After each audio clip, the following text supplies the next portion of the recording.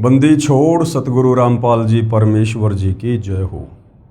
परमपिता परमात्मा सारी सृष्टि के रचनहार कुल मालिक असंख्य ब्रह्मांडों के स्वामी जगत गुरु तीनों लोकों में प्रवेश करके सबका धारण पोषण करने वाले राजाधिराज आत्माधार नाथों के नाथ देवों के देव महादेव सर्वेश्वर महेश्वर मृत्युंजय अजरो अमर आदि अनादि सनातनी प्रभु जगत पिता जगदीश्वर श्री श्री 1008 की उपाधि के वास्तविक अधिकारी अकाल मूर्त शब्द स्वरूपी राम वासुदेव सर्वगतम ब्रह्म परम पूज्य प्रथम पूज्य परम संत परम पुरुष परम धनी परम दयालु सत्य कबीर हक्का कबीर अल्लाहु कबीर अल्लाहु अकबर बाखबर अल्लाह ताला जगत के तारणहार जगत के मुक्तिदाता जगत के जगन्नाथ हारे के सहारे हिंदुओं के राम मुसलमानों के अल्लाह सिखों के वाहिगुरु ईसाइयों के मसीह दया के सागर दयानिधि करुणा के सागर करुणानिधि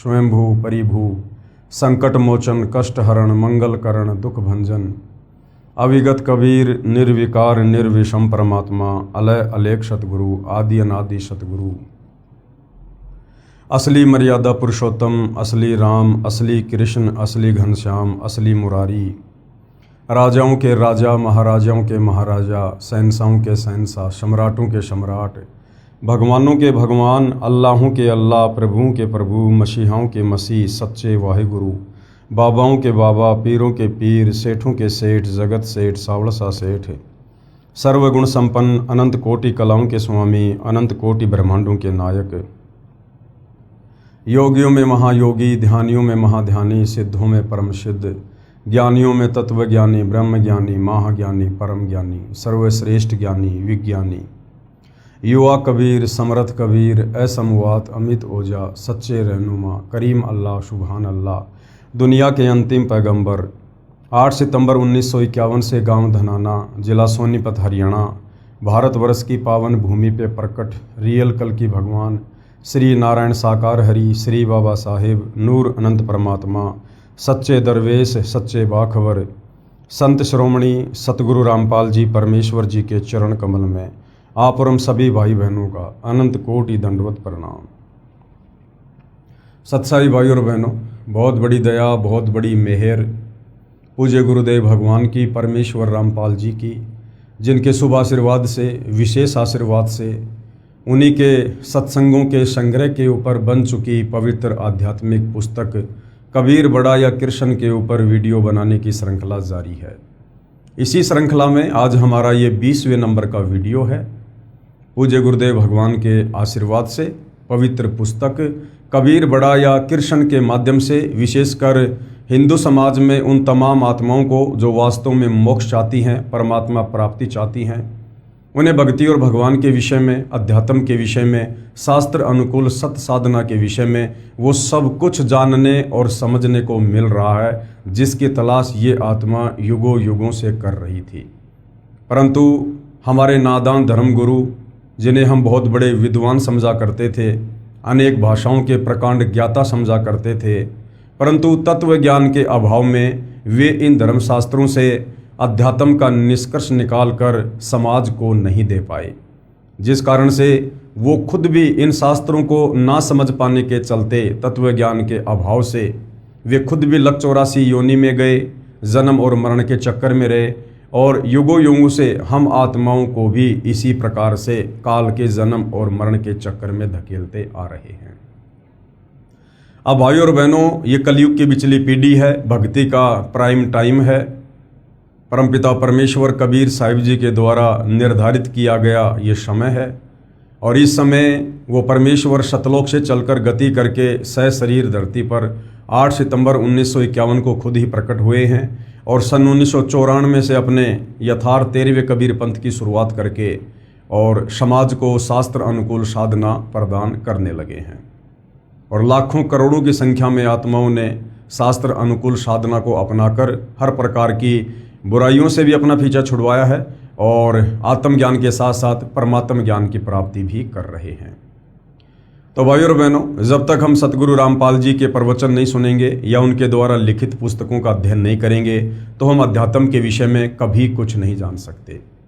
और सृष्टि रचना को जानना सुनना बहुत ज़रूरी है, क्योंकि सृष्टि रचना भक्ति मार्ग की नींव है, मूल है। और जब तक नींव कमज़ोर रहेगी हम ऊपर मकान नहीं बना सकते। अर्थात यदि अध्यात्म की नींव सृष्टि रचना को हम नहीं समझेंगे तो हम भक्ति मार्ग पर दृढ़ होकर नहीं लग सकते। तो इस पवित्र पुस्तक कबीर बड़ा या कृष्ण में हमारा जो टॉपिक चल रहा है वो है जनता की अदालत। जनता की अदालत में जज खुद जनता है, क्योंकि जनता पढ़ी लिखी है, शिक्षित है, अपनी आंखों से सर्व धर्मशास्त्रों को देखकर निर्णय कर सकती है कि हमारे धर्मशास्त्रों में अध्यात्म के विषय में क्या कुछ लिखा हुआ है। और मामला चल रहा है कबीर बड़ा या कृष्ण कि सुप्रीम गॉड कौन है, सारी सृष्टि का रचयिता कौन है, सर्व आत्माओं का उत्पत्ति करता कौन है। और गीता अध्याय 17 श्लोक नंबर 23 में जो ओम तत् सत 3 मंत्र हैं ये किस परमेश्वर के हैं। और गीता अध्याय 15 श्लोक नंबर 17 में जिस उत्तम पुरुष के विषय में बात की गई है कि उत्तम पुरुष है तू अन्य परमात्मा इति उदाहरते ये लोग तेरम अवश्य विवर्ति अव ईश्वरे। वो उत्तम परमेश्वर कौन है, सर्वोत्तम परमात्मा कौन है, सबसे सुप्रीम भगवान कौन है जो तीनों लोकों में प्रवेश करके सबका धारण पोषण करता है। तो जनता की अदालत में श्री कृष्ण उर्फ विष्णु जी को उत्तम पुरुष बताते हुए उनके वकील साहिबान के रूप में हिंदू समाज के सर्व धर्मगुरु आचार्य शंकराचार्य खड़े हैं, और इधर कबीर जी को सुप्रीम गॉड बताते हुए कबीर जी के वकील सतगुरु रामपाल जी खड़े हैं। और सतगुरु रामपाल जी ने, जैसा कि आपने पिछले अनेक वीडियो में देख लिया है, उन्हीं हिंदू धर्म ग्रंथों का हवाला देकर कोर्ट में दिखाकर, जिन हिंदू धर्म ग्रंथों का हवाला देकर ये नादान धर्मगुरु श्री कृष्ण जी को सुप्रीम गॉड साबित करने की नाकाम कोशिश कर रहे थे, सतगुरु रामपाल जी ने सर्व जनता की आंखें खोल दी कि तुम्हारे वेदों में, गीता जी में, पुराणों में सुप्रीम गॉड श्री कृष्ण उर्फ विष्णु को नहीं बल्कि कबीर जी को बताया गया है। अब जनता शिक्षित है, इसलिए अपनी आंखों से अपने ही धर्मशास्त्रों में सर्व प्रमाण देखकर जागरूक हो रही है और सतगुरु रामपाल जी से अध्यात्म के विषय में सवाल जवाब कर रही है। बहुत सारी प्रश्नोत्तरी आप जी देख चुके हैं, वीडियो बन चुके हैं। वर्तमान में जो जनता का सवाल है वो तीर्थों को लेकर है कि ये हमारे नादान धर्मगुरु हमें तीर्थों पर, धामों पर जाने की सलाह देते हैं कि वहाँ जाने से आपके पुण्य बनेंगे, आपको सांसारिक लाभ होंगे, आपकी घर गृहस्थी में लाभ होगा। तो जनता पूछ रही है कबीर जी के वकील सतगुरु रामपाल जी से, क्या इन धामों और तीर्थों पर जाने से कोई लाभ है, क्या कोई पुण्य प्राप्ति है। तो सतगुरु रामपाल जी ने सर्वप्रथम जनता को समझाया कि ये धाम क्या हैं, तीर्थ क्या हैं, क्यों बने हैं, पीछे का इतिहास क्या है। जब तक ये नहीं समझोगे आप वहाँ जाने से रुक नहीं सकते। तो किस प्रकार से ज्वाला देवी मंदिर बना, वैष्णो देवी मंदिर बना, किस प्रकार से जगन्नाथपुरी मंदिर बना, बद्रीनाथ बना, केदारनाथ बना, ये सारी जानकारी सतगुरु रामपाल जी ने समझाई है। जैसे शुक्र तीर्थ है, सरस्वती तीर्थ है, ये कैसे बने हैं ये जानकारी भी उन्होंने जनता को उन्हीं के पुराणों से दिखा कर समझाई है। तो अंत में फिर जनता ने कहा कि ये बात तो हमें आपकी समझ में आ गई कि इन धामों पर, इन तीर्थों पर जाने से कोई फायदा नहीं है, क्योंकि ये धाम और तीर्थ तो एक यादगार मात्र हैं। किसी साधु संत महात्मा ऋषि ने वहाँ बैठकर अपनी भक्ति तपस्या की थी, उसके बाद लोगों ने यादगार बनाए रखने के लिए कोई मंदिर बना दिया, आगे चलकर उसकी पूजा शुरू हो गई और नादान जनता वहाँ पुण्य प्राप्ति के लिए जाने लगी, जबकि वास्तव में शास्त्रों के अनुसार वो एक मनमाना आचरण है। तो अब आप हमें ये बताइए कि वास्तव में सबसे बढ़िया शुद्ध तीर्थ क्या है, जिस तीर्थ में स्नान करने से हमें पुण्य मिले, हमारी आत्मा का कल्याण हो जाए। तो अब जनता की अदालत में जनता को सतगुरु रामपाल जी शुद्ध तीर्थ के विषय में, सर्वश्रेष्ठ तीर्थ के विषय में जानकारी दे रहे हैं कि वो क्या है। पवित्र पुस्तक कबीर बड़ा या कृष्ण पेज नंबर 184, तीर्थ तथा धाम क्या है। अब सर्वश्रेष्ठ तीर्थ क्या है जो प्रत्येक मानव शरीरधारी स्त्री पुरुष ने करना चाहिए, जिस तीर्थ में स्नान करने के लिए आप और हमें परमपिता परमेश्वर जी ने ये अनमोल मनुष्य जन्म प्रदान किया है। प्रश्न है सर्वश्रेष्ठ तीर्थ कौन सा है जिससे सर्व तीर्थों से अधिक लाभ मिलता है। उत्तर दे रहे हैं सतगुरु रामपाल जी, सर्वश्रेष्ठ चित्त शुद्ध तीर्थ है। चित्त शुद्ध तीर्थ, चित्त यानी जो हमारे मन को शुद्ध कर दे, हमारी आत्मा को निर्मल कर दे, हमें ज्ञान से परिपूर्ण कर दे, वो सबसे सर्वश्रेष्ठ तीर्थ है। और हिंदू धर्मशास्त्रों से ही सतगुरु रामपाल जी प्रमाणित करके बताएंगे कि चित्त शुद्धि तीर्थ सबसे सर्वश्रेष्ठ तीर्थ है।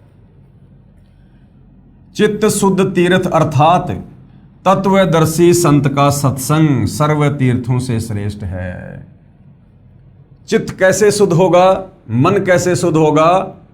गीता अध्याय 4 श्लोक 34 के अनुसार तत्वदर्शी संत के सत्संग सुनने से, जिसमें आत्मज्ञान और परमात्म ज्ञान दोनों का समावेश होता है और साथ में शास्त्र अनुकूल साधना भी साधक को मिलती है। श्री देवी पुराण छठा स्कंद अध्याय 10 पेज नंबर 417 पर लिखा है, हमारे ही धर्म ग्रंथों में, हमारे ही पुराणों में लिखा है कि सर्वश्रेष्ठ तीर्थ चित्त शुद्धि तीर्थ है।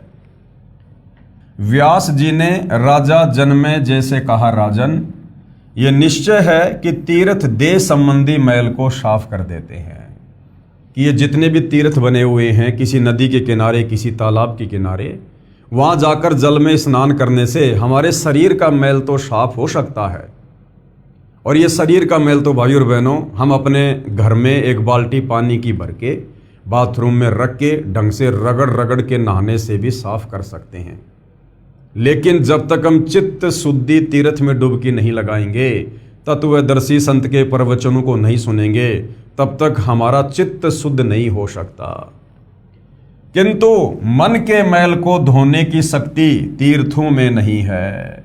तीर्थ केवल शरीर के मैल को साफ कर सकते हैं, लेकिन मन में जो मैल है, जो पांचों विकारों वाला मैल जमा हुआ है, काम, क्रोध, मोह, लोभ, अहंकार, इसके उपरांत जो ये राग, द्वेष, ईर्ष्या, छल, कपट, मन मुटाव, धोखाधड़ी, चोरी, जारी, निंदा, चुगली, कपटबाजी, मिलावटखोरी, रिश्वतखोरी, कालाबाजारी, ये जो तरह तरह के मैल हमारी आत्मा के ऊपर इस काल ने चिपका रखे हैं, ये तीर्थों के जल में नहाने से साफ नहीं हो सकते। उसके लिए तो अपने तत्वदर्शी संत के सत्संग सुनने पड़ेंगे। किंतु मन के मैल को धोने की शक्ति तीर्थों में नहीं है। चित्त शुद्ध तीर्थ गंगा आदि तीर्थों से भी अधिक पवित्र माना जाता है। यदि भाग्यवश चित्त शुद्ध तीर्थ सुलभ हो जाए, क्योंकि भाई और बहनों सर्व पदार्थ है जगमाही और भाग बिना नर पावत नाई। तत्वदर्शी संत की शरण, उनके प्रवचन भी बिना मजबूत भक्ति संस्कार के मानव शरीरधारी आत्मा को नसीब नहीं हो सकते। यानी सबके भाग्य में तत्वदर्शी संत की शरण में आना नहीं होता है।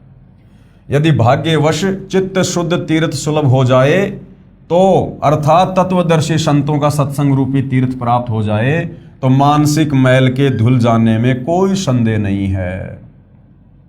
परंतु राजन, इस चित्त शुद्ध तीर्थ को प्राप्त करने के लिए ज्ञानी पुरुषों अर्थात तत्वदर्शी संतों के सत्संग की विशेष आवश्यकता है। वेद, शास्त्र, व्रत, तप, यज्ञ और दान से चित्त शुद्ध होना बहुत कठिन है। वशिष्ठ जी ब्रह्मा जी के पुत्र थे। उन्होंने वेद और विद्या का सम्यक प्रकार से अध्ययन किया था। गंगा के तट पर निवास किया करते थे। तथापि द्वेष के कारण उनका विश्वामित्र के साथ वैमनस्य हो गया और दोनों ने परस्पर श्राप दे दिए तथा उनमें भयंकर युद्ध होने लगा। इससे सिद्ध हुआ कि संतों के सत्संग से चित्त शुद्ध कर लेना अति आवश्यक है। यानी भाई और बहनों, विश्वामित्र और वशिष्ठ जैसे विद्वान लोग भी संत की श्रेणी में नहीं हैं। उस संत की श्रेणी में नहीं है जिनके प्रवचन आत्माओं का चित्त शुद्ध कर दें। अन्यथा वेद, ज्ञान, तप, व्रत, तीर्थ, दान तथा धर्म के जितने साधन हैं, वे सब के सब कोई विशेष प्रयोजन सिद्ध नहीं कर सकते। श्री देवी पुराण से लेख समाप्त। ये हमारे ही पुराण में, देवी पुराण में साफ साफ लिखा हुआ है कि सर्वश्रेष्ठ तीर्थ क्या है। उसके बावजूद भी इन शास्त्रों का ज्ञान ना होने के कारण आप और हम नदियों पर, तालाबों पर, दुनिया भर के तरह तरह के तीर्थों पर, धामों पर जाकर पुण्य प्राप्ति के चक्कर में अपने घुटने तोड़ रहे थे, अपना अनमोल समय, समाशय और धन बर्बाद कर रहे थे। आगे क्या कहा जा रहा है? विशेष विचार। उपरोक्त श्री देवी पुराण के लेख से स्पष्ट है कि तत्वदर्शी संतों के सत्संग से श्रेष्ठ कोई भी तीर्थ नहीं है। अब भाई और बहनों, आप और हमारा परम सौभाग्य, हम जितने भी भाई बहन जगत गुरु तत्वदर्शी सतगुरु रामपाल जी की शरण में हैं और रोजाना उनके सत्संग सुनते हैं, अर्थात हम रोजाना चित्त शुद्धि तीर्थ में डुबकियां लगा रहे हैं और कई कई वर्षों से लगा रहे हैं। आप और हमारे लिए घर बैठे चित्त शुद्धि तीर्थ की व्यवस्था सतगुरु रामपाल जी ने कर रखी है तथा तत्वदृष्टा संत के बताए मार्ग से साधना करने से कल्याण संभव है। यानी सत्संग सुनने से तो हमारी आत्मा निर्मल होगी, हमारे विषय विकार छूटेंगे और फिर जब तत्वदर्शी संत से हम शास्त्र अनुकूल साधना प्राप्त करेंगे, भक्ति के यथार्थ मंत्र प्राप्त करेंगे, तीनों समय की आरती प्राप्त करेंगे, पांचों यज्ञ करेंगे, उसके बाद हमारी आत्मा का भी कल्याण होगा, अर्थात हमारा पूर्ण मोक्ष होगा। ये जन्म मरण का चक्र सदा सदा के लिए समाप्त हो जाएगा। तीर्थ व्रत तप दान आदि व्यर्थ प्रयत्न है। यानी जब तक आपको तत्वदर्शी संत की शरण प्राप्त नहीं है तब तक आप कितने तीर्थों पर जाइए, कितने व्रत कीजिए, कितना घोर आप जी तप कीजिए, कितना दान और पुण्य कीजिए, ये सब व्यर्थ है। व्यर्थ का मतलब आपको इसका फल परमेश्वर अवश्य देगा, लेकिन आपको मनुष्य जन्म नहीं मिलेगा। आपको अन्य योनियों में, गधे की योनि में, कुत्ते की योनि में या अन्य किसी योनि में आपको उसका फल मिल जाएगा, परंतु आपको मनुष्य शरीर जो बेहद अनमोल है, परमात्मा प्राप्ति के लिए मिलता है, ये आपको पुनः जल्दी से नसीब नहीं होगा। तत्वदर्शी संत के अभाव के कारण केवल चारों वेदों में वर्णित भक्ति विद्या से पूर्ण मोक्ष लाभ नहीं है। यानी तत्वदर्शी संत की शरण नहीं है तो चाहे आप चारों वेदों को पढ़ लीजिए, चारों वेदों के अनुसार साधना कर लीजिए, फिर भी आपकी पूर्ण मुक्ति नहीं है। कबीर परमेश्वर जी ने कहा है, सतगुरु बिन वेद पढ़े जो प्राणी, यानी जो तत्वदर्शी संत होता है उसकी शरण में आए बिना यदि हम वेदों को पढ़ेंगे तो हम वेदों के सार को नहीं समझ पाएंगे। वेद हमें किस भक्ति की ओर संकेत कर रहे हैं, कौन सा मंत्र जाप करने का संकेत कर रहे हैं, हम नहीं समझ पाएंगे। सतगुरु बिन वेद पढ़े जो प्राणी, समझे न सार रहे अज्ञानी। और सतगुरु बिन काहू न पाया ज्ञाना, यानी बिना तत्वदर्शी संत की शरण ग्रहण किए आप कभी भी तत्व ज्ञान से परिचित नहीं हो सकते। जो थोथा भूषड़े मूड किसाना, जिस प्रकार गेहूं निकालने के बाद उसके भूष को कोई कूट कूट के गेहूं प्राप्त करना चाहे तो वो व्यर्थ प्रयत्न है, इसी प्रकार तत्वदर्शी संत की शरण में आए बिना चाहे कोई भी आचार्य हो, शंकराचार्य हो, चाहे ब्रह्मा विष्णु महेश भी आपके गुरु बनकर आपको वेद पढ़ाएं तो भी आप मुक्ति का साधन प्राप्त नहीं कर सकते। 68 तीर्थ ब्रह्म ब्रह्म आवे, सब फल सतगुरु चरणा पावे। जो 68 प्रकार के तीर्थ हमारे नादान धर्म गुरुओं ने हिंदू श्रद्धालुओं को बता रखा है कि वहां जाने से पुण्य मिलेगा, मोक्ष होगा, आप उन 68 तीर्थों पर कितना ही भटक लीजिए, पूरी जिंदगी भटक लीजिए, जब तक आप तत्वदर्शी संत की शरण में नहीं आएंगे और शास्त्र अनुकूल साधना नहीं करेंगे आपकी मुक्ति लाख जन्म भी नहीं है। कबीर तीर्थ कर कर जग मुआ, उड़े पानी नहाए, सत नाम जपा नहीं काल घसीटे जाए। यानी बिना सच्चे नाम के जाप के लोग तीर्थों पर जा जाकर और अपना जीवन बर्बाद कर दिया, लेकिन उनको आत्म कल्याण की राह नसीब नहीं हुई। सूक्ष्म वेद अर्थात तत्व ज्ञान में कहा है कि 68 तीर्थ ब्रह्म ब्रह्म आवे, 100 फल सतगुरु चरणा पावे। गंगा यमुना बद्री समेते, जगन्नाथ धाम है जेते, बर में फल प्राप्त होए न जेतो, गुरु सेवा में फल पावे ते। तो ये जितने भी प्रकार के तीर्थ हैं, गंगा यमुना बद्रीनाथ जगन्नाथ, इन सभी तीर्थों पर धक्के खाने से हमें कोई पुण्य कोई लाभ नहीं है, और जो लाभ आप इन तीर्थों पर जाकर प्राप्त नहीं कर सकते उससे असंख्य गुना ज्यादा लाभ घर बैठे यदि आप तत्वदर्शी संत की शरण में है तो उनके द्वारा बताई गई भक्ति साधना करने से और उनकी सेवा करने से आप जी प्राप्त कर लेते हैं। कोटिक तीर्थ सब कर आवे, चाहे आप करोड़ों तीर्थ कर लो और गुरु जी के चरणों में फल तुरंत ही पावे। तत्वदर्शी संत के चरणों में आपको करोड़ों तीर्थों से भी ज्यादा फल प्रतिदिन नसीब होता है। सतगुरु मिले तो अगम बतावे, सच्चा सतगुरु ही हमें मोक्ष की राह बताएगा, आगे का रास्ता सतलोक का रास्ता बताएगा। और जम की आंच तहीं नहीं आवे, और हमारे भाग्य में जो काल कर्म लिखे हुए थे, जो संकट आने थे हमारे प्रारब्ध के अनुसार, सच्चे सतगुरु तत्वदर्शी संत की शरण में आने के बाद उनका नाश हो जाता है। भक्ति मुक्ति को पंथ बतावे, सच्ची भक्ति देगा और फिर मुक्ति भी देगा, और बुरो होण को पंथ छुड़ावे। और जिस बुराई के रास्ते पे हम चल रहे थे अज्ञानता के चलते, उसको भी सच्चा सतगुरु अपने सत्संग सुनाकर दूर करवाएगा। सतगुरु भक्ति मुक्ति के दानी, और सतगुरु बिना न छूटे खानी। सतगुरु के बिना 184 योनियां नहीं छूट सकती है, और सतगुरु ही आकर भक्ति दान करता है और मुक्ति की राह बताता है। सतगुरु गुरु सुर तरु सुर धेनु समाना, यानी जो सच्चा सतगुरु होता है, तत्वदर्शी संत होता है, वो स्वर्ग में जो कल्प वृक्ष है और कामधेनु है, जिसके पास में जाने से सर्व मनोकामना पूर्ण हो जाती है, सच्चा सतगुरु उससे भी कहीं ज्यादा लाभदायक है।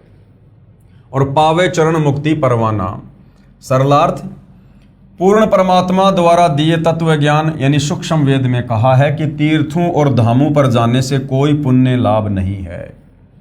असली तीर्थ सतगुरु यानी तत्वदर्शी संत का सत्संग सुनने जाना है। असली तीर्थ क्या है? जब आप तत्वदर्शी संत के सत्संग सुनने के लिए अपने घर से चलते हो तो समझो आप दुनिया के सर्वश्रेष्ठ तीर्थ में स्नान करने जा रहे हो, सत्संग सुनने जा रहे हो। जहां तत्वदर्शी संत का सत्संग होता है वह सर्वश्रेष्ठ तीर्थ तथा धाम है। इसी कथन का साक्षी संक्षिप्त श्रीमद् देवी भागवत महापुराण भी है। उसमें छठे स्कंद के अध्याय 10 में लिखा है कि सर्वश्रेष्ठ तीर्थ तो चित्त शुद्ध तीर्थ है। श्रीमद् देवी भागवत महापुराण यानी देवी पुराण में लिखा है कि सर्वश्रेष्ठ तीर्थ क्या है? चित्त शुद्धि तीर्थ। जहां तत्वदर्शी संत का सत्संग चल रहा है उसके अध्यात्म ज्ञान से चित्त की शुद्धि होती है। शास्त्रोक्त अध्यात्म ज्ञान तथा शास्त्रोक्त भक्ति विधि का ज्ञान होता है। अब जैसे आप जी इस पवित्र पुस्तक कबीर बड़ा या कृष्ण के ऊपर वीडियो देख रहे हैं तो समझो आप जी चित्त शुद्धि तीर्थ में स्नान कर रहे हो। ये दुनिया का सबसे सर्वश्रेष्ठ तीर्थ है। चाहे आप सतगुरु रामपाल जी के प्रवचन सुन लीजिए, चाहे उनकी पुस्तकों का अध्ययन कर लीजिए, या उनकी पुस्तकों को यदि कोई पढ़ा रहा हो, ज्ञान बता रहा हो, या आपस में तत्वदर्शी संत की कोई ज्ञान चर्चा हो रही हो और आप सुन रहे हैं तो समझ लीजिए आप चित्त शुद्धि तीर्थ में स्नान कर रहे हैं, जिससे जीव का कल्याण होता है। क्योंकि सत्संग सुनने से हमें ज्ञान होगा कि मनुष्य जन्म क्यों मिला है और हमें क्या करना चाहिए। अन्य तीर्थ मात्र भ्रम है, वहां जाने से केवल हम अपने समय का और धन का दुरुपयोग करेंगे। हम काल के द्वारा जो भ्रमणाएं फैलाई जा चुकी हैं अध्यात्म को लेकर, हम उससे बाहर नहीं निकल सकते। इसी पुराण में लिखा है यानी श्रीमद् देवी भागवत महापुराण में लिखा है कि सतगुरु रूप तीर्थ मिलना अति दुर्लभ है। सूक्ष्म वेद में बताया है कि सतगुरु तो कल्प वृक्ष तथा कामधेनु के समान है। जैसे पुराणों में कहा है कि स्वर्ग में कल्प वृक्ष तथा कामधेनु है, उससे जो भी मांगो सब सुविधाएं प्रदान कर देते हैं। इसी प्रकार सतगुरु जी सत्य साधना बताकर सर्व लाभ साधक को प्रदान करवा देते हैं तथा अपने आशीर्वाद से भी अनेकों लाभ देते हैं। भक्ति करवाकर मुक्ति की राह आसान कर देते हैं। इसलिए कहा है कि एक साधे सब सदे। क्या कहा है? एक साधे सब सदें और सब साधे सब जाए, और माली सींचे मूल को फले फूले अघाए। यानी उस तत्वदर्शी संत को ही, जिनके सत्संग सुनकर आप जी को आत्मज्ञान हुआ, परमात्म ज्ञान हुआ, उन्हीं को एकमात्र अपने इष्ट देव के रूप में पूजने से हमारी आत्मा का कल्याण होगा। एक साधे सब सदे सब साधे सब जाए, और माली सींचे मूल को फले फूले अघाए। गुरुदेव ने क्या अर्थ किया है? शब्दार्थ, एक सतगुरु रूप तीर्थ पर जाने से सब लाभ मिल जाता है। सब तीर्थों धामों व अन्य अंधश्रद्धा भक्ति से सब लाभ समाप्त हो जाते हैं। जैसे आम के पौधे की एक जड़ की सिंचाई करने से पौधा विकसित होकर पेड़ बनकर बहुत फल देता है, यदि पौधे को उल्टा करके जमीन में गड्ढे में शाखाओं की ओर से रोपकर शाखाओं की सिंचाई करेंगे तो पौधा नष्ट हो जाता है, कोई लाभ नहीं मिलता है। इसलिए एक सतगुरु रूप तीर्थ पर जाने से सर्व लाभ मिल जाता है। जैसा कि संक्षिप्त श्रीमद् देवी भागवत महापुराण में लिखा है कि सतगुरु रूप तीर्थ मिलना अति दुर्लभ है, परंतु आप जी को सतगुरु रूप तीर्थ अति सुलभ है। क्यों? क्योंकि वर्तमान में वो सतगुरु, वो तत्वदर्शी संत गीता अध्याय 4 श्लोक 34 वाला जो कंप्लीट सृष्टि रचना को जानता है, जो वास्तव में पूर्ण मोक्ष की विधि जानता है, गीता अध्याय 17 श्लोक 23 में पूर्ण परमेश्वर की प्राप्ति के जो 3 मंत्र हैं, ओम तत् सत, जिसे उसके रहस्य का पता, उसके भेद का पता है, वो तत्वदर्शी संत वर्तमान में धरती पर सतगुरु रामपाल जी हैं। इसलिए वर्तमान में इस पृथ्वी पर जितने भी मानव शरीरधारी प्राणी हैं, ये उनका परम सौभाग्य है कि उनको चित्त शुद्धि तीर्थ सुलभ है। और परमेश्वर ने सोशल मीडिया दे रखी है, घर बैठे आप जेब से मोबाइल निकालकर रोजाना सतगुरु रामपाल जी के सत्संग सुनकर चित्त शुद्धि तीर्थ में डुबकी लगा सकते हैं। यह दास यानी गुरुदेव अपने लिए कह रहे हैं कि विश्व में एकमात्र सतगुरु यानी तत्वदर्शी संत है। आओ और सत्य भक्ति प्राप्त करके जीवन सफल बनाओ। आप जी को फिर ध्यान दिला दूं कि गीता शास्त्र का ज्ञान चारों वेदों ऋग्वेद, यजुर्वेद, सामवेद तथा अथर्ववेद का सारांश है। यानी जो पवित्र गीता जी है वो चारों वेदों का निष्कर्ष है, उनका सार रूप है, संक्षिप्त रूप है। वेदों का ज्ञान पूर्ण परमात्मा यानी परम अक्षर ब्रह्म का दिया हुआ है, यानी कबीर परमेश्वर जी का दिया हुआ है इस काल को, अक्षर पुरुष को, जो काल ब्रह्म के अंतःकरण में डाला गया था। काल ब्रह्म के श्वासों द्वारा उसके शरीर से बाहर आया था, जिसका कुछ अंश काल ब्रह्म ने जानबूझकर समाप्त कर दिया था। यानी जो ज्ञान परमपिता परमेश्वर जी ने, कबीर देव जी ने इस काल ब्रह्म को दिया था, यहाँ 21 ब्रह्मांड में आने के बाद जब समय अनुसार इसकी श्वासों से वेद बाहर प्रकट हुए, जब इसने वेदों को पढ़ा तो पता चला कि इसमें तो भैया तेरे विषय में बहुत कुछ लिखा हुआ है।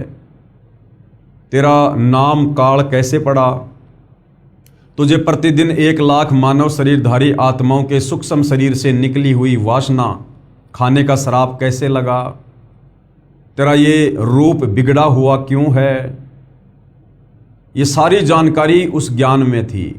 तो इसने जल्दबाजी में उस ज्ञान को नष्ट कर दिया जो इसके पाखंड की पोल खोल रहा था, और बाकी का ज्ञान इसने समुद्र मंथन के माध्यम से श्री ब्रह्मा जी को, जो इसका सबसे बड़ा बेटा है, यानी ब्रह्मा विष्णु महेश इस काल ब्रह्म के ज्योति निरंजन के बेटे हैं, तो इसने समुद्र मंथन में वो ज्ञान ब्रह्मा जी को प्रदान कर दिया। ब्रह्मा जी ने उस ज्ञान को पढ़ा, लेकिन तत्व ज्ञान के अभाव में, तत्वदर्शी संत के अभाव में ब्रह्मा जी निष्कर्ष नहीं निकाल पाए। और जैसा ब्रह्मा जी को समझ में आया, ब्रह्मा जी ने आगे अपने वंशज ब्राह्मणों को, धर्म गुरुओं को देना शुरू कर दिया। अब जब ब्रह्मा जी को समझ में नहीं आया तो उसके वंशजों को कहाँ से समझ में आ जाता। उन वंशजों ने उस ज्ञान को आगे प्रचारित करना शुरू कर दिया। आगे चल के कालांतर में श्री वेद व्यास जी के द्वारा 4 वेदों के रूप में, 4 पुस्तकों के रूप में उस वेद ज्ञान को लिपिबद्ध कर दिया गया, जो आज आप और हमारे सामने है। शेष अपने पुत्र ब्रह्मा जी को दे दिया। श्री कृष्ण द्वैपायन जी ने यानी वेद व्यास जी ने इसको 4 भागों में ऋग्वेद, यजुर्वेद, सामवेद तथा अथर्ववेद में बांट दिया, यानी 4 पुस्तकें बना दी, जिस कारण से उनको वेद व्यास यानी वेदों का विस्तारक कहा जाने लगा। यही ज्ञान श्रीमद् भगवद गीता में काल ब्रह्म ने श्री कृष्ण जी के शरीर में प्रवेश करके कहा था। इसलिए गीता का ज्ञान परमात्मा का बताया है, पुराणों का ज्ञान श्री ब्रह्मा जी तथा ऋषियों का अपना अनुभव है। पुराणों में जो ज्ञान गीता और वेदों से नहीं मिलता वह शास्त्र विरुद्ध है, उसको आधार मानकर साधना करना बेकार है। चारों वेदों, 4 वेद कौन से हैं? ऋग्वेद, यजुर्वेद, सामवेद तथा अथर्ववेद, तथा इन्हीं के सार रूप गीता में केवल ब्रह्म, जिसे काल ब्रह्म भी कहा जाता है, ज्योति पुरुष, केवल काल ब्रह्म तक की साधना का ज्ञान है। चारों वेदों में केवल ब्रह्मा विष्णु महेश के पिता और दुर्गा के पति इस काल ब्रह्म ज्योति निरंजन क्षर पुरुष की साधना का ही ज्ञान है। केवल इसी का एक ओम मंत्र विशेषकर चारों वेदों में और पवित्र गीता जी में है। इन शास्त्रों में परम अक्षर ब्रह्म अर्थात उस परमेश्वर की साधना का ज्ञान नहीं है, जिसके विषय में गीता ज्ञान देने वाले ने गीता अध्याय 18 श्लोक 62 में कहा कि हे भारत, तू सर्वभाव से उस परमेश्वर की शरण में जा, उसकी कृपा से ही तू परम शांति को तथा सनातन परम धाम को प्राप्त होगा। यानी खुद ये ब्रह्मा विष्णु महेश का पिता गीता का ज्ञान देते समय श्री कृष्ण जी के शरीर में प्रवेश करके अर्जुन को कह रहा है कि अर्जुन, यदि तुझे मेरे द्वारा फैलाए गए जाल से, जन्म और मरण के षड्यंत्र से, लग 84 योनियों के कष्ट से बाहर निकलना है, तो गीता अध्याय 18 श्लोक 62 में कह रहा है कि भाई तू किसी तत्वदर्शी संत की शरण में जा, तू सर्वभाव से उस परमेश्वर की शरण में जा। यानी अपने से अन्य किसी और सर्वश्रेष्ठ परमात्मा की शरण में जाने की सलाह अर्जुन को दे रहा है। जहाँ जाने के बाद यानी उस परमेश्वर के लोक सतलोक में जाने के बाद साधक फिर लौटकर वापस संसार में नहीं आता, यानी मेरे किस ब्रह्मांड में फिर वो जन्म मरण में नहीं आता है। उस परमेश्वर का ज्ञान जानने के लिए गीता अध्याय 4 श्लोक 32 और 34 में कहा है कि उस तत्व ज्ञान को स्वयं परमेश्वर ने अपने मुख कमल से बोलकर वाणी द्वारा बताया है। वह तत्वदर्शी संतों के पास जाकर समझ कि भैया वो कंप्लीट ज्ञान अर्जुन मेरे पास भी नहीं है। यानी गीता ज्ञानदाता ने हाथ खड़े कर दिए। जिस गीता ज्ञानदाता को हिंदू समाज सर्वश्रेष्ठ ज्ञानी और भगवान मानकर पूज रहा है, श्री कृष्ण और विष्णु को, उसने भी हाथ खड़े कर दिए कि भैया उस सर्वश्रेष्ठ परमात्मा की प्राप्ति का और उसके सतलोक में जाने का कंप्लीट ज्ञान मुझे भी नहीं है। उसके लिए अर्जुन तो किसी तत्वदर्शी संत की खोज कर। गीता अध्याय 4 श्लोक 32 और 34। इससे सिद्ध है कि गीता में न तो ये ज्ञान है कि वह परमेश्वर कौन है तथा न उसकी प्राप्ति की साधना का वर्णन है, परंतु गीता का ज्ञान अपने स्तर का सत्य ज्ञान है। जैसे 10वीं कक्षा तक का सिलेबस है वह उस स्तर का तो सत्य है, परंतु बीए तथा एमए का नहीं है। वह सूक्ष्म वेद यानी तत्व ज्ञान में है। जो ज्ञान चारों वेदों में और पवित्र गीता जी में नहीं है, उस परमपिता परमेश्वर सारी सृष्टि के सर्जनहार सबके धारण पोषण करता कबीर परमेश्वर के विषय में वो ज्ञान 5वें वेद सूक्ष्म वेद में है, वो ज्ञान तत्व ज्ञान में है, और वो तत्व ज्ञान तत्वदर्शी संत के पास है। सूक्ष्म वेद 5वां संपूर्ण वेद है, जिसमें गीता वेदों व पुराणों वाला ज्ञान भी है जो इनमें नहीं है, वह ज्ञान भी है। वर्तमान में सूक्ष्म वेद का संपूर्ण ज्ञान विश्व में मेरे यानी लेखक के अलावा किसी को नहीं है। यानी वर्तमान में ये कोई भाई और बहनों अतिशयोक्ति नहीं है। वर्तमान में सतगुरु रामपाल जी के अलावा इस पूरी पृथ्वी पर छोड़िए, इस पूरे 21 ब्रह्मांड में किसी को तत्व ज्ञान की छींट नहीं है।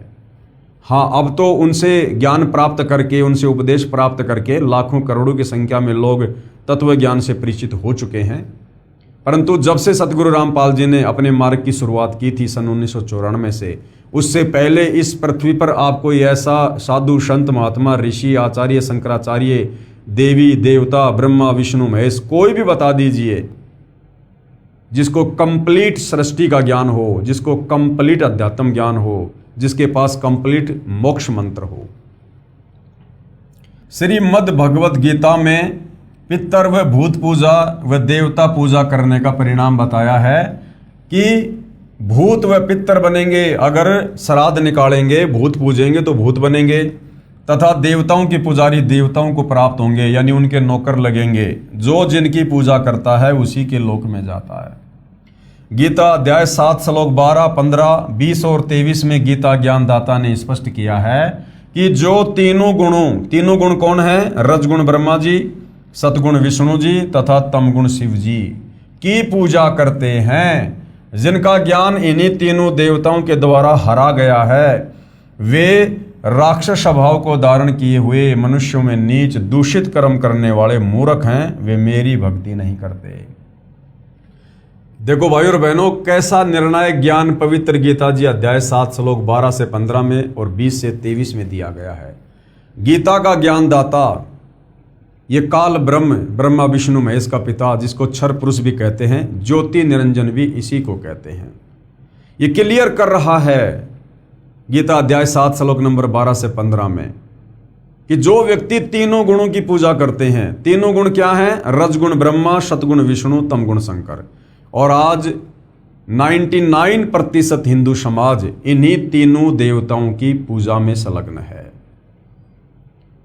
और क्या कहा जा रहा है कि जो व्यक्ति इन तीनों गुणों की पूजा करते हैं, इनकी साधना करने के चलते जिनका ज्ञान हरा जा चुका है, यानी जिनकी बुद्धि भ्रष्ट हो चुकी है, जो इनसे ऊपर किसी को भगवान नहीं मानते, किसी को पूजना पसंद नहीं करते अज्ञानता में, उन भक्तों को, यानी ब्रह्मा विष्णु महेश के भक्तों को ब्रह्मा विष्णु महेश के पिता काल ब्रह्म ने, गीता ज्ञानदाता ने 4 गालियां दी हैं।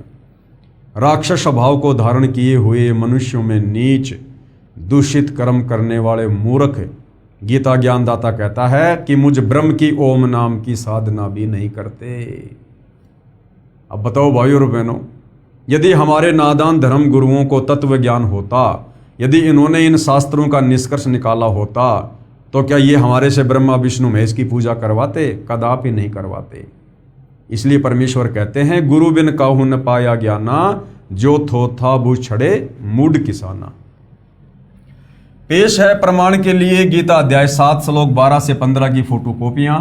अगले पृष्ठों पर गीता अध्याय 7 श्लोक 12 की फोटो कॉपी। अब जनता की अदालत में सतगुरु रामपाल जी जनता को, विशेषकर उस जनता को जो ब्रह्मा विष्णु महेश को सुप्रीम गॉड मानकर उसी की साधना कर रही है, उस जनता को दिखा रहे हैं। ये श्लोक आप जियों के सामने है भाइयों और बहनों, लिखा हुआ है, ये च एवं सात्विका भावा राजसा तामसा च ये मत एवं इति तान विद्धि न तू अहम तेसु ते मयि। ये देखिएगा, एक तरफ इस श्लोक में संस्कृत है, सामने हिंदी है। और भी जो सत्व गुण से उत्पन्न होने वाले भाव और जो रजोगुण से तथा तमोगुण से उत्पन्न होने वाले भाव हैं, उन सबको तू मुझसे ही होने वाले ऐसा जान, परंतु वास्तव में उनमें मैं और वे मुझ में नहीं हैं।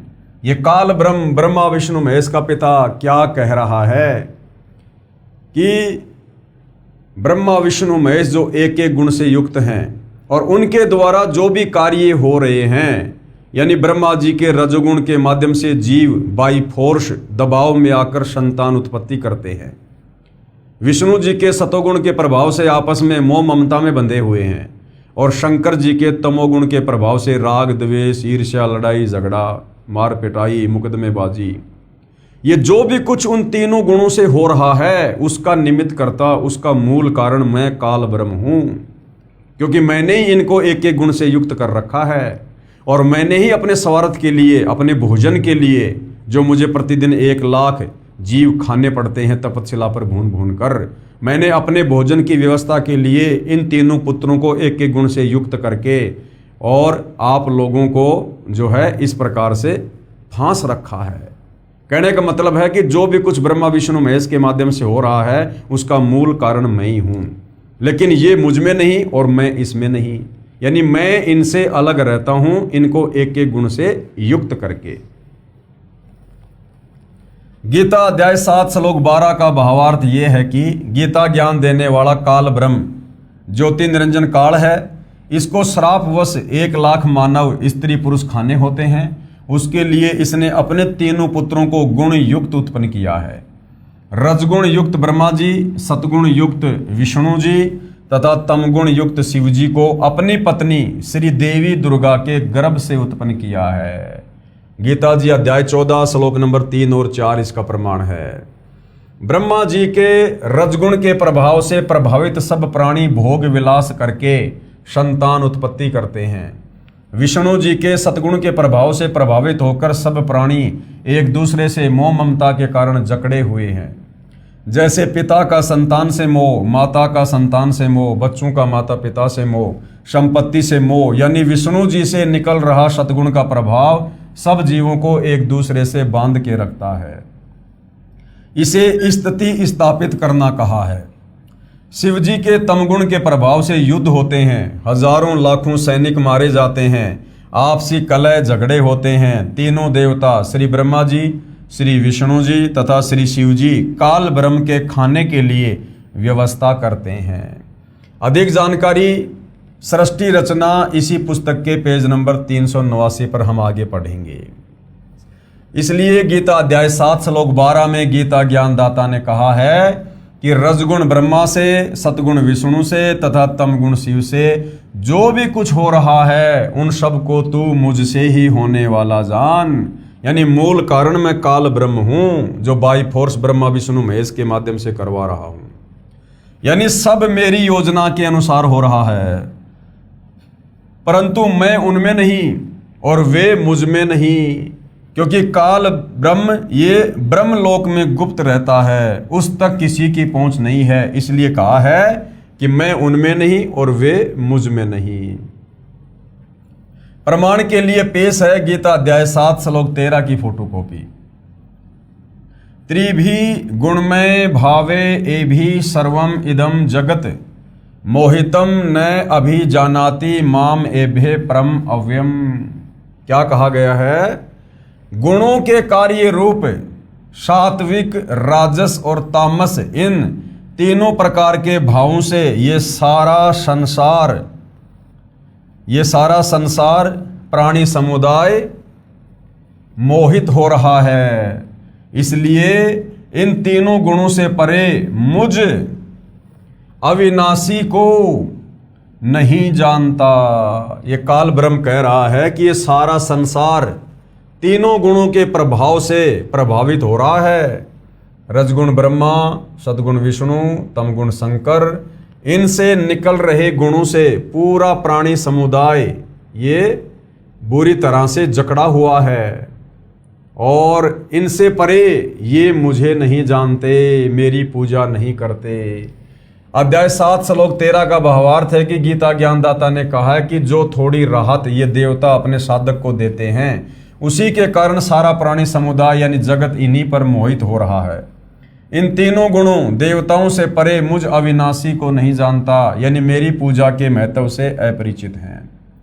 इन तीनों देवताओं का जाल मेरे से उत्पन्न है। ये मेरी माया बड़ी दुस्तर है। जो पुरुष केवल मुझको भजते हैं वे इस माया यानी तीनों देवताओं का उल्लंघन कर जाते हैं, यानी इनकी भक्ति नहीं करते, इनके पास न जाकर मेरे ब्रह्मलोक में चले जाते हैं।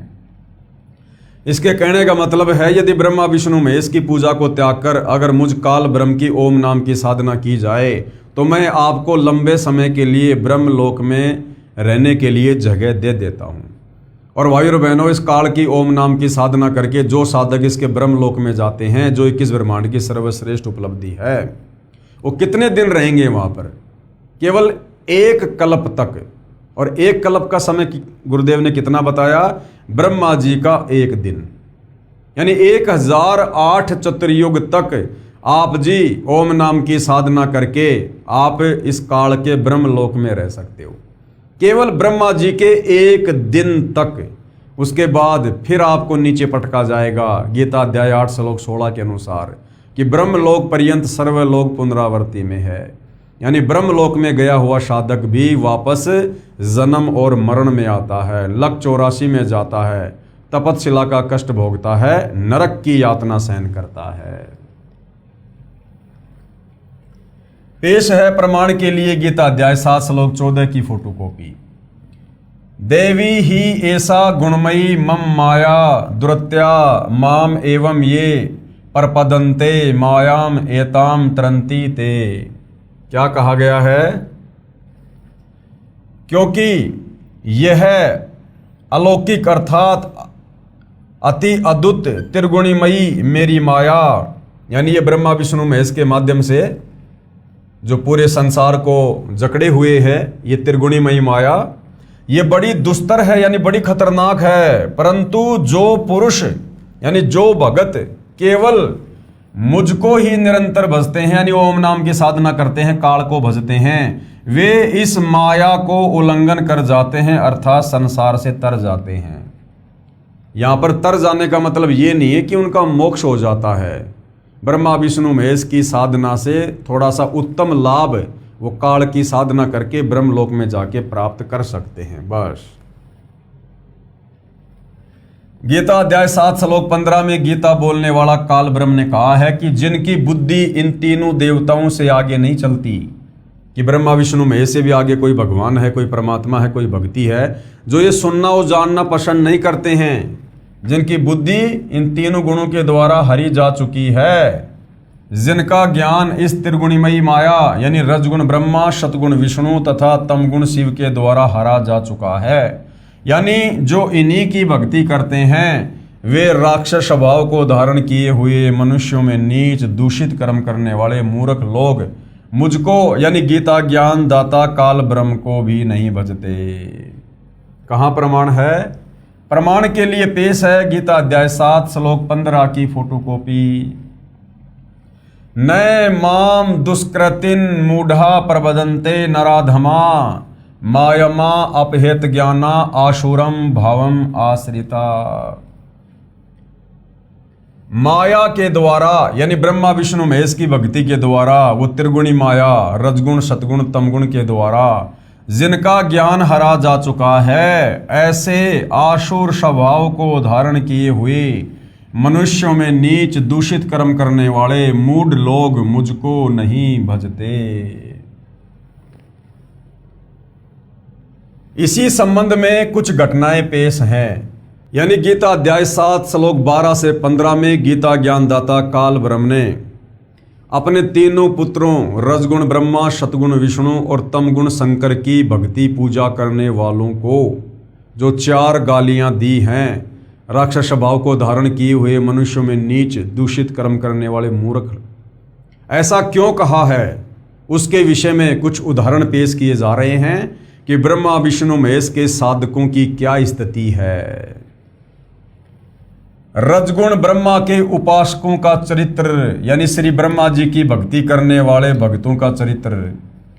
एक हिरण्यकशिपु ब्राह्मण राजा था, किसी कारण उसको भगवान विष्णु यानी सतगुण से ईर्ष्या हो गई। उस राजा ने रजगुण ब्रह्मा जी देवता को भक्ति करके प्रसन्न किया। ब्रह्मा जी ने कहा कि पुजारी मांगो, क्या मांगना चाहते हो?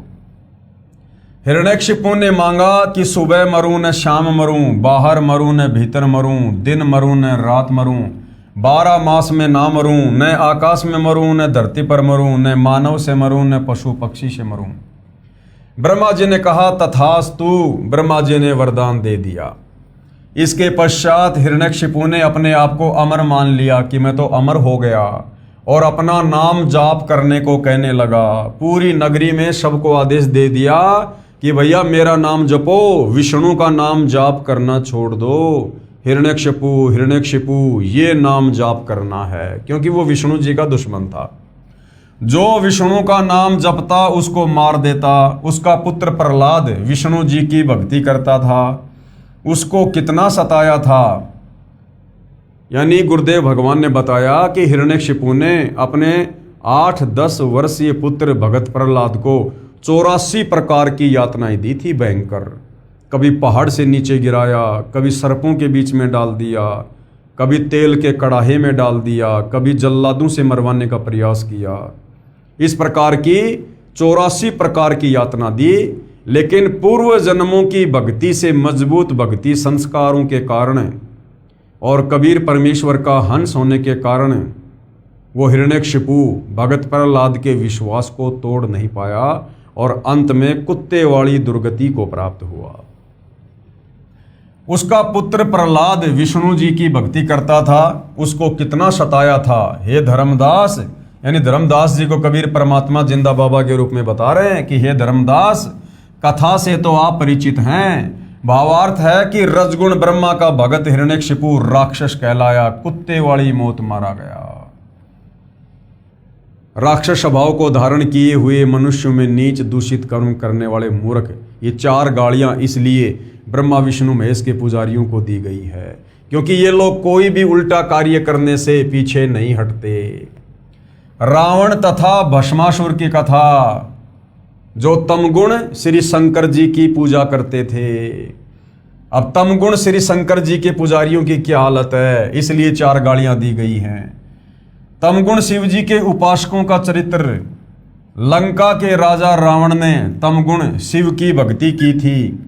उसने अपनी शक्ति से 33 करोड़ देवताओं को कैद कर रखा था। फिर देवी सीता का अपहरण कर लिया। उसका क्या हाल हुआ आप सब जानते हैं। तमगुण शिव का उपासक रावण राक्षस कहलाया, सर्वनाश हुआ और निंदा का पात्र बना। इसलिए गीता अध्याय 7 श्लोक 12 से 15 में ब्रह्मा विष्णु महेश की पूजा करने वालों को राक्षस स्वभाव धारण किया हुआ कहा गया है।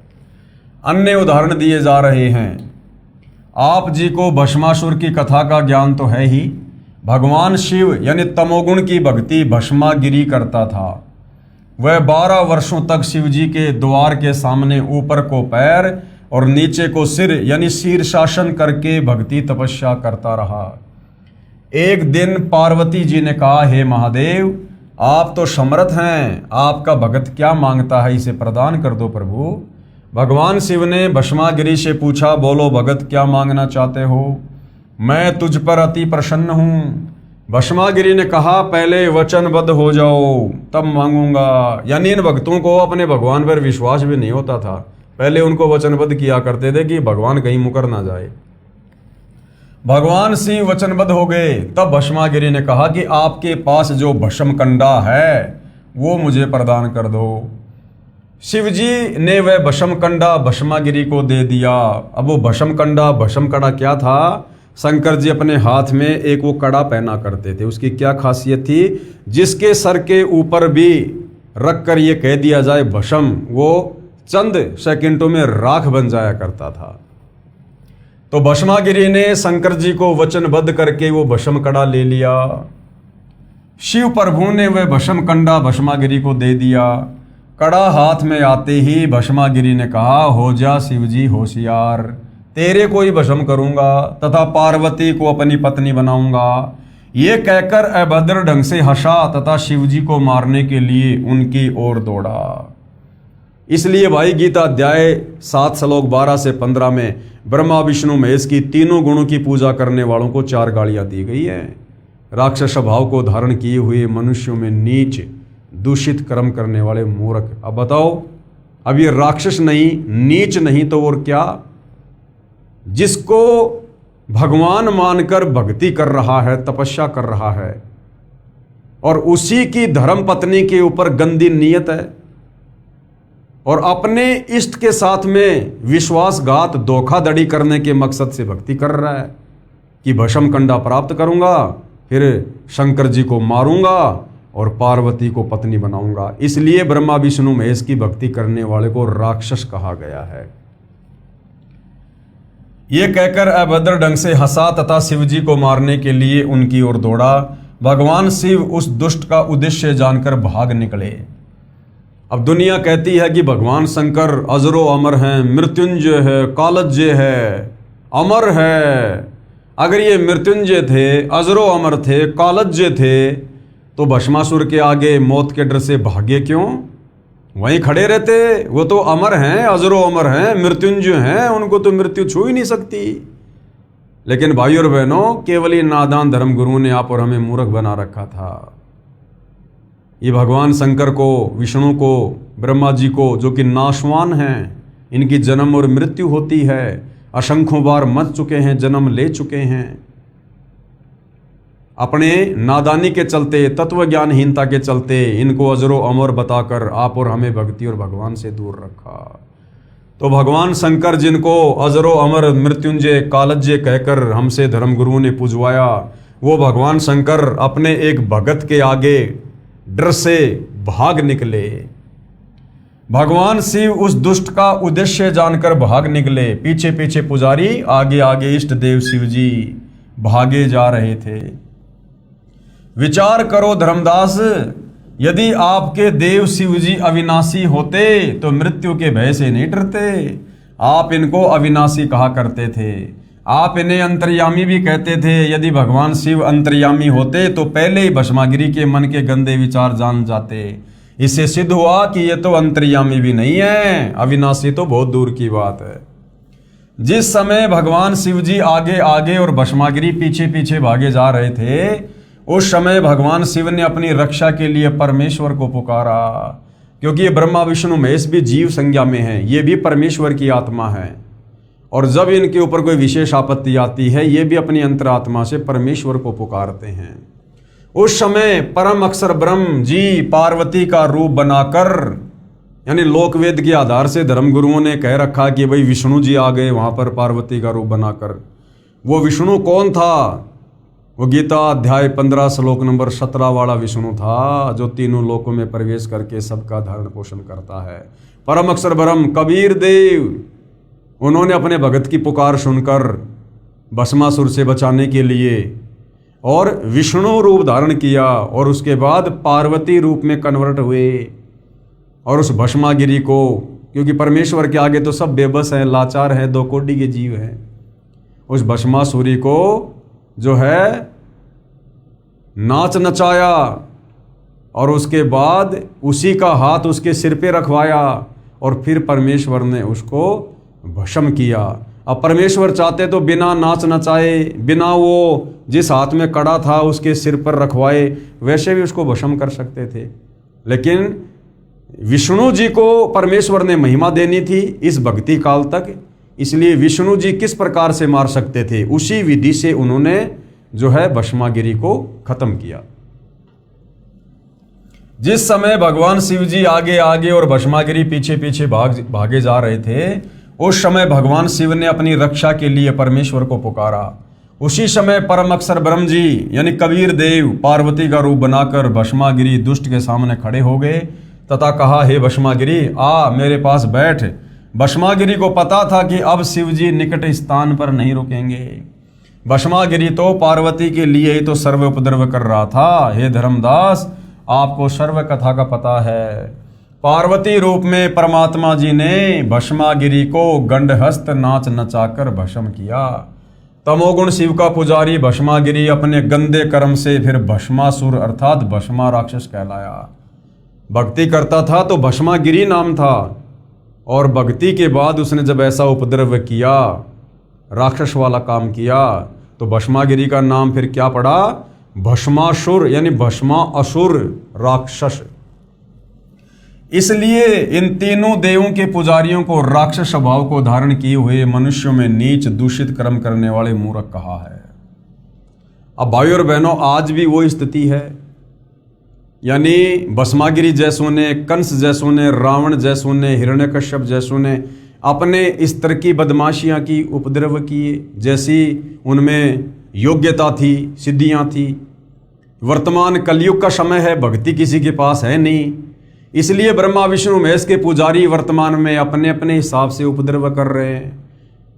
ब्रह्मा विष्णु महेश की पूजा भी करते हैं, व्रत भी करते हैं, और उसके बाद चोरी, जारी, निंदा, चुगली, ठगी, व्यभिचार, रिश्वतखोरी, मिलावटखोरी, काला बाजारी, सारे उल्टे काम करते हैं।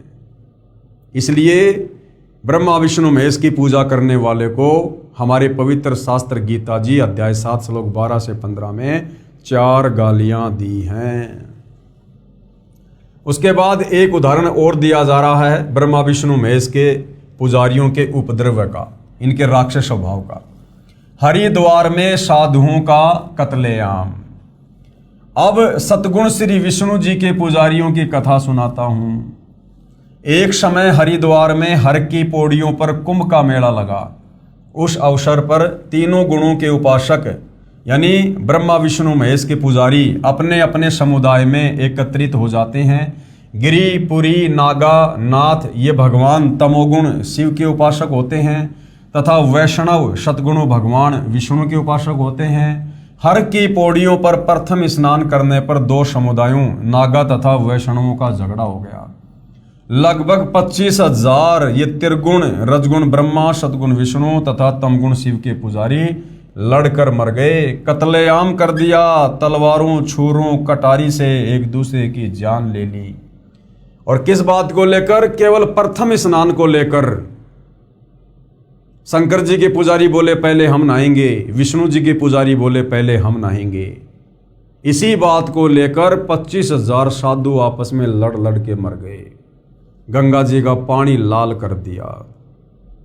अब बताओ भाइयों और बहनों, ब्रह्मा विष्णु महेश के पुजारियों को ये गीता ज्ञानदाता 4 गालियां ना दे तो क्या इनके गले में माला पहनाकर सम्मानित करे। इसलिए इनको राक्षस भाव को धारण किए हुए मनुष्यों में नीच, दूषित, कर्म, मूर्ख कहा गया है। और यही कारण है, आज देखिए ब्रह्मा विष्णु महेश की पूजा करते करते भी हिंदू समाज में आप जाइए पुलिस स्टेशन में कितनी FIR मिलेंगी, आप जाइए कोर्ट में कितने मुकदमे मिलेंगे, राग द्वेष ईर्ष्या में आकर लड़ाई झगड़ा मार पिटाई, छोटी छोटी बातों को लेकर, जमीन को लेकर, मकान को लेकर, धोखाधड़ी को लेकर दुनिया भर के मुकदमे दर्ज हैं। इसलिए इनको राक्षस स्वभाव को धारण किए हुए मनुष्यों में नीच और दूषित कर्म करने वाले मूर्खों की संज्ञा दी है। तो सूक्ष्म वेद में यानी आदरणीय गरीबदास जी की वाणी में क्या लिखा गया है? तीर तुपक तलवार कटारी जमधड़ जोर बधावे हैं, हर पैड़ी हर हेत नहीं जाण्या वहां जा तेग चलावे हैं। काटे शीस नहीं दिल करुणा ये जग में साध कहावे हैं, और जो जन इनके दर्शन को जावे उनको भी नरक पठावे हैं।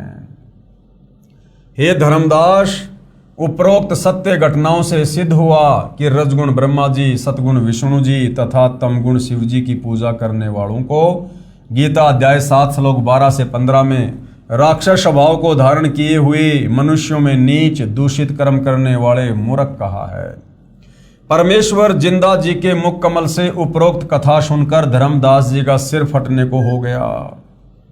धर्मदास जी मथुरा गए हुए थे, वहां कबीर परमात्मा जिंदा बाबा के रूप में मिले और धर्मदास जी को ज्ञान समझा रहे हैं कि धर्मदास तू किस विष्णु की साधना कर रहा है, ये तो शतोगुण युक्त है, ये काल का पुत्र है, और इसकी पूजा करने के लिए खुद गीता में अध्याय 7 श्लोक 12 से 15 में मना किया है।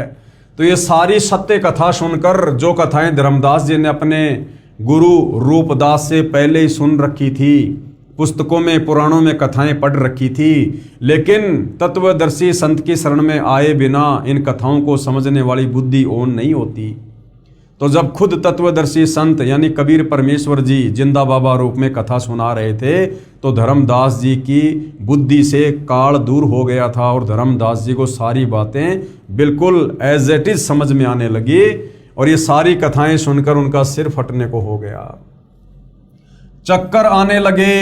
हिम्मत करके धर्मदास बोला, हे प्रभु, आपने तो मुझ ज्ञान के अंधे को आंखें दे दी दाता।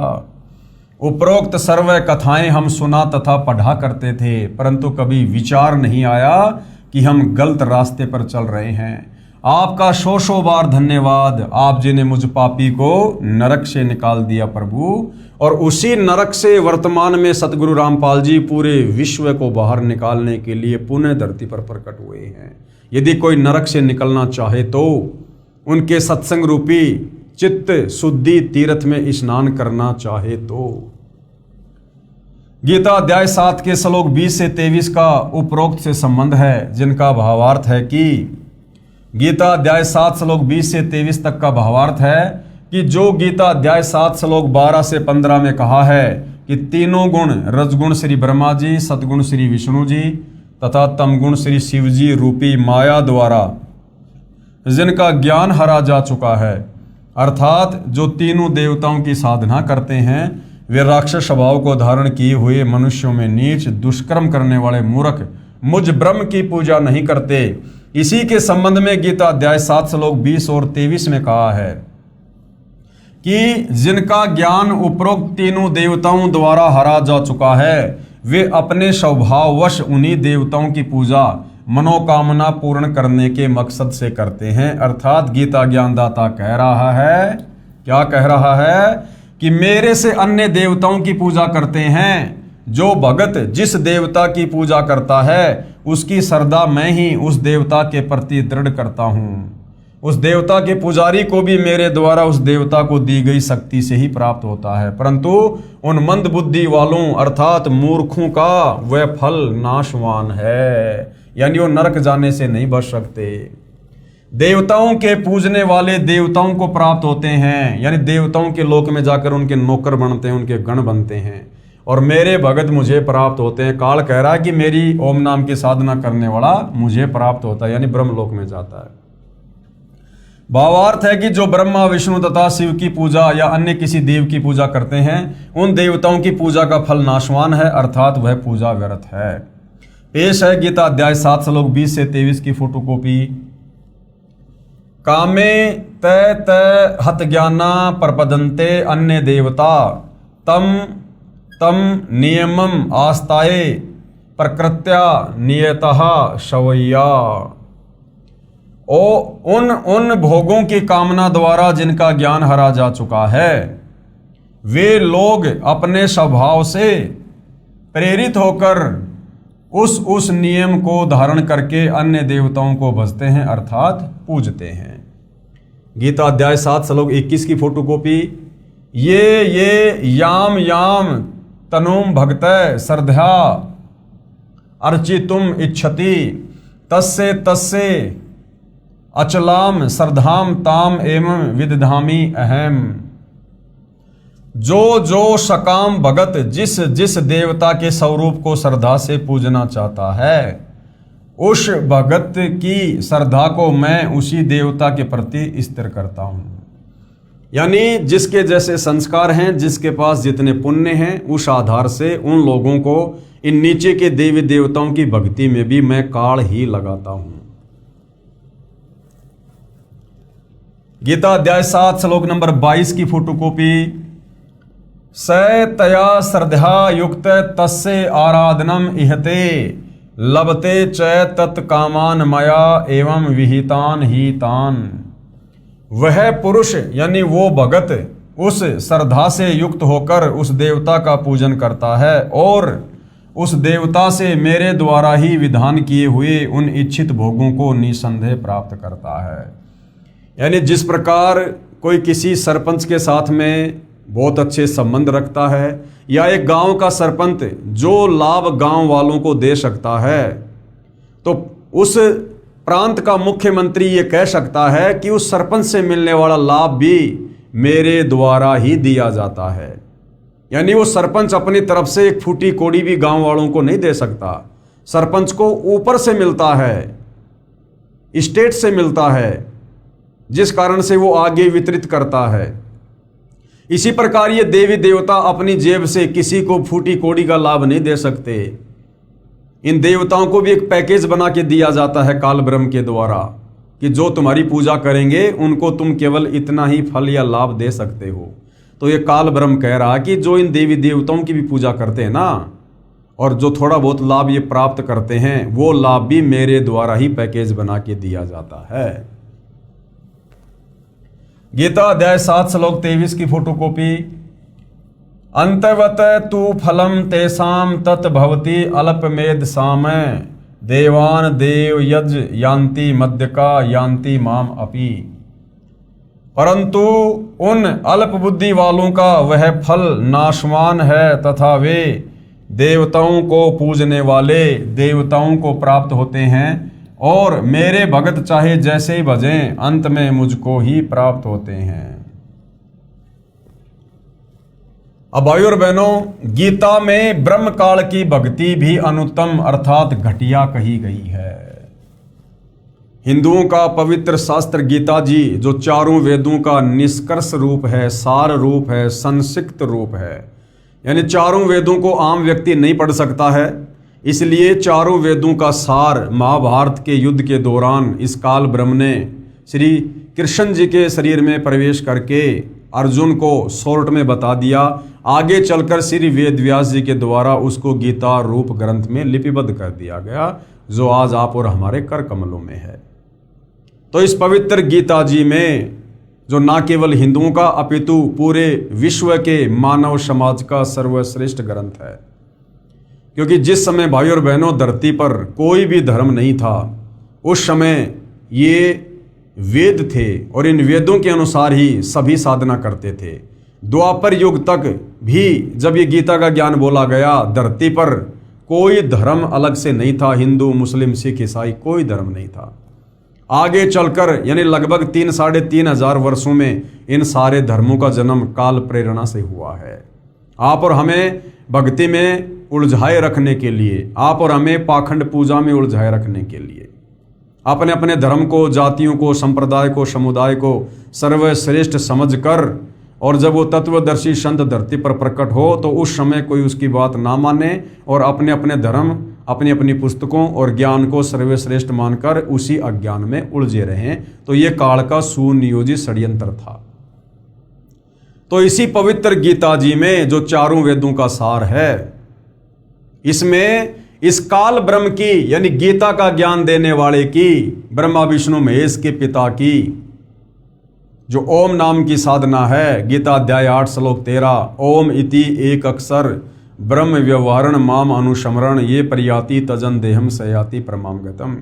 यानी चारों वेदों में और गीता जी में जो ओम नाम की साधना है काल ब्रह्म की, वो साधना भी व्यर्थ है, बेकार है, घटिया है, अनुतमाम है। ये काल ब्रह्म खुद गीता अध्याय 7 श्लोक 18 में कह रहा कि अर्जुन मेरी साधना भी अनुत्तम है, घटिया है। मेरी साधना से, ओम नाम की साधना से भी साधक पूर्णतया जन्म मरण से मुक्त नहीं हो जाता।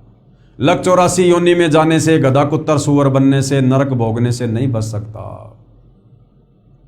तो ये क्यों कह रहा है, किस अध्याय में लिखा है, और यदि इसकी साधना भी अनुत्तम है, घटिया है, तो फिर सर्वश्रेष्ठ साधना किस प्रभु की है? इन तमाम बातों की जानकारी जनता की अदालत में कबीर जी के वकील सतगुरु रामपाल जी दे रहे हैं, और इस विषय को हम अगले वीडियो में देखेंगे। क्योंकि भाइयों और बहनों, सदियों से उलझा हुआ ये आध्यात्मिक ज्ञान है, और अभी तक हमें जो भी धर्मगुरु मिला केवल हमारे को शास्त्र विरुद्ध साधना बताने वाला ही मिला। और इस अज्ञान को एक से नहीं, दो से नहीं, सैकड़ों धर्मगुरुओं के मुख से, कथाओं के माध्यम से, पुस्तकों के माध्यम से सुनने के चलते हमारे अंतःकरण में अज्ञान जमा हो चुका है। इस अज्ञान को मिटाने के लिए आप और हमने चित्त शुद्धि तीर्थ में डुबकी लगानी ही पड़ेगी। तत्वदर्शी संत सतगुरु रामपाल जी के सत्संग सुनने पड़ेंगे, उनके द्वारा लिखित पुस्तकों को पढ़ना पड़ेगा, तब जाकर ये अज्ञान धीरे धीरे छूटेगा। तो नेक्स्ट टॉपिक में जनता की अदालत में इस विषय पर हम चर्चा करेंगे कि गीता ज्ञानदाता काल ब्रह्म भी अपनी ओम नाम की साधना को घटिया क्यों बता रहा है। तब तक भाई और बहनों, परमपिता परमेश्वर हम सबको आज्ञा दें, सद्बुद्धि दें, हमारा मार्गदर्शन करें। बंदी छोड़ सतगुरु रामपाल जी परमेश्वर जी की जय हो।